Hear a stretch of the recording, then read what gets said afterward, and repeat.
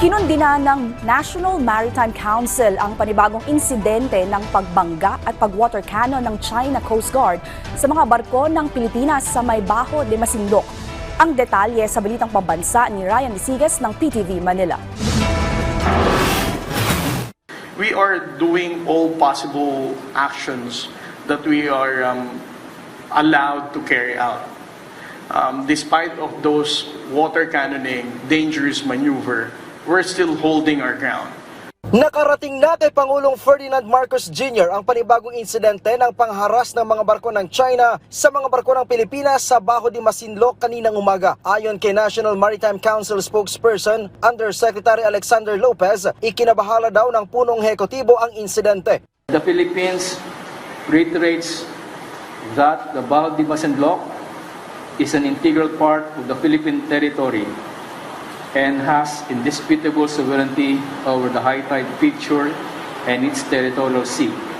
Mariing kinundi na rin ng NMC ang ginawang pagdikit, pagbangga at pagtira ng water cannon ng China Coast Guard sa BRP Dato Pagbuwaya at BRP Dato Sanday na mamamahagi lang sana ng tulong sa mga mangingisdang Pilipino sa karagatang sakop ng Exclusive Economic Zone ng Pilipinas.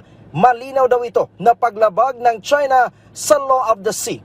The National Maritime Council condemns the hostile actions against the country's legitimate maritime operations within its maritime zones.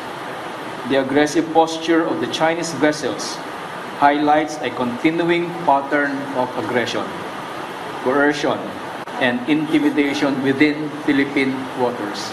Tinawag naman ng Philippine Coast Guard na overkill ang ginawa ng mga barko ng China. Sabi ni Commodore J. Tariela, Philippine Coast Guard spokesperson for the West Philippine Sea, 5 dambuhalang barko ng China ang sumubok na pumigil sa humanitarian mission ng BIFAR. Ang matindi pa, sa pinakaunang pagkakataon ay kasama na daw sa nagsagawa ng dangerous maneuver ang warship na barko ng China na Plan. Nangyari ito 19 nautical miles mula sa Scarborough Shoal. Sa kabila nito, wala pa naman daw balak ang Pilipinas na ipadala sa West Philippine Sea ang Philippine Navy para ipantapat sa gray ship ng China. Pero hindi daw ito pagpapakita na malamya ang tugon ng bansa sa patuloy na pagiging agresibo ng China, kundi para maiwasan lang ang paglala ng tensyon sa West Philippine Sea.